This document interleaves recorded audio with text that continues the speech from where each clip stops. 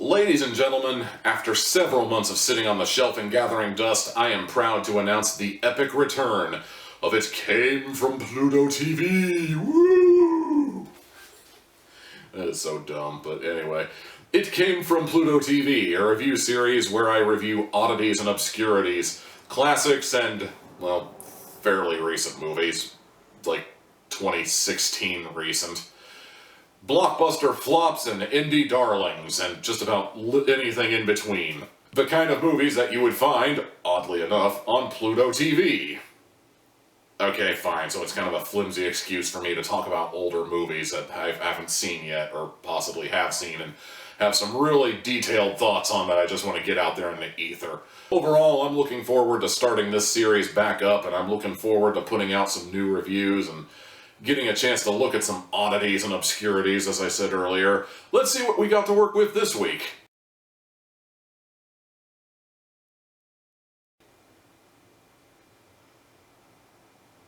Huh. Okay. I'm game.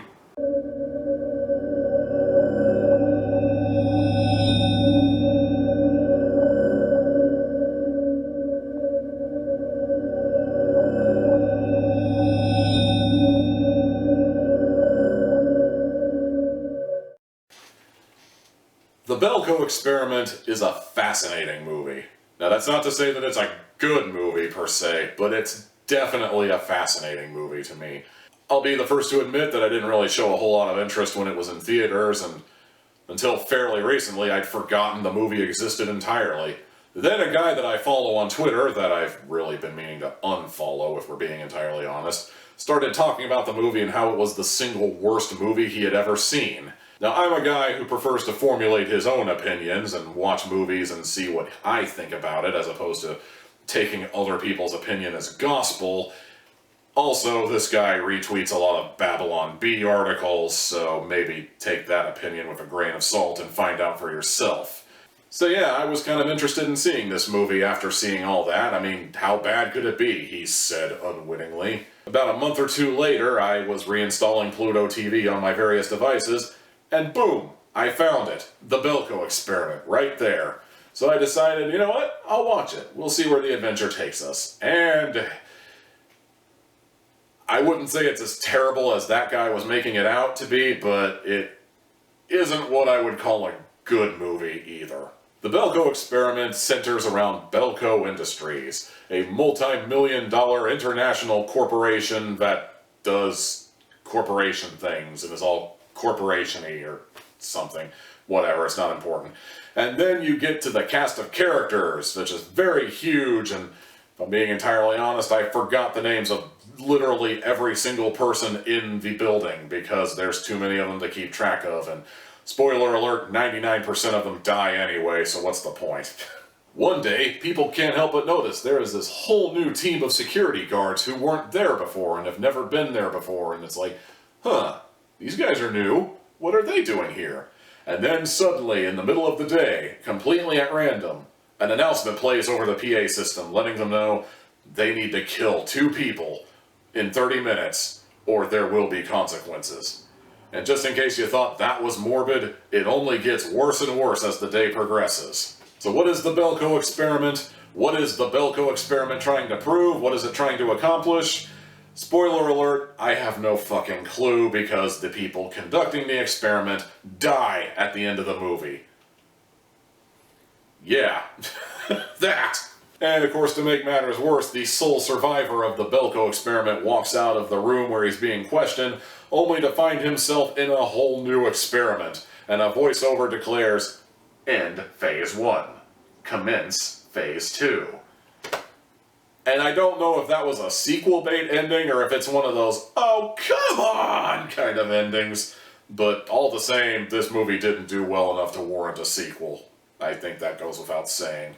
Honestly, I was kind of surprised to find out this movie came out when it did. Like, I remember hearing the name back in the day, but somewhere in my brain, I managed to rearrange information, I guess, because I thought for sure this movie came out in, like, the mid-2000s, because it looks like the kind of movie you'd see in mid-2000s horror. Whereas 2010's horror is all about Ouija boards and ghosty ghouls and an elaborate set of rules that make it honestly really impossible for said ghosty ghoul to be all that effective. The 2000s were all about, like, torture porn and just how gross can you possibly be with the gore effects, you know. Not quite all that scary, but definitely repulsive, and you definitely cringe a little bit when you see some of the better ones. Doing a little research in this movie, I find out that James Gunn actually produced this movie, and wow. The guy who did the Guardians of the Galaxy and the Suicide Squad movie that, as of this recording, hasn't debuted in theaters yet, worked on this. I mean, talk about a rapid plummet in quality, am I right? I guess the one glaring issue the Belko Experiment has is the sheer amount of disbelief it expects you to suspend. It is just insane how much. Like, okay, I'm willing to believe that somebody took over this corporate building and is now forcing these people to fight to the death. I am willing to admit that there is probably a good reason for why. There is probably some sort of villainous intent behind it, but then you start getting into things like every employee of Belko Industries has a tracking chip in the back of their head. You can't get hired by Belko unless you agree to have this installed. I took Facebook off of my phone when I found out Facebook could track your every move via your cell phone.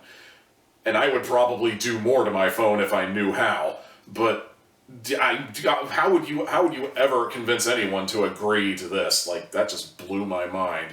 That seems like an immediate red flag right there to me, but I don't know, maybe these guys are strapped for cash. Maybe, you know, guys gotta eat, right? You know, we've got mouths to feed and not a lot of alternatives, so fine. I mean, it is Columbus, Ohio, after all. I probably would have forgiven this movie a little more if they had just said what the experiment was for. Like, what were they trying to accomplish? I mean, were they trying to prove something about human nature? Were they trying to prove something about, like, what would happen in a hostile work environment? Were they just placing bets? What was the deal here? But none of that came up. And that's one of the reasons I kind of have to sigh and maybe say that, yeah, this movie wasn't that good. I didn't go in expecting it to be great or even good, but it's honestly not even all that adequate either. I hesitate to say that I wouldn't recommend you watch it. I mean, it's a competent enough movie, I suppose. Like, there was definitely a budget behind it. There was definitely an idea somewhere. It's just, it really falls flat on its face in the long run, and that's one of the reasons I'm going to have to give it 2 hats out of 4.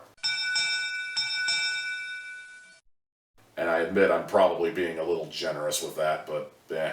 And that's going to do it for this week's review. Be sure to come back next week when I have another movie for your viewing pleasure here. Be sure to like, comment, subscribe, follow me on Tommy Tealhat, and I will see you next time. And I probably would have even forgiven that much if they had just explained what the experiment was trying to prove, and spoiler alert, they never did because the guy kills him at the end, so for all I know, they were probably just dicks who hijacked the building and placed bets to see who would survive. I mean, I got a text message. They must have heard me talking about taking Facebook off of my phone. Ugh.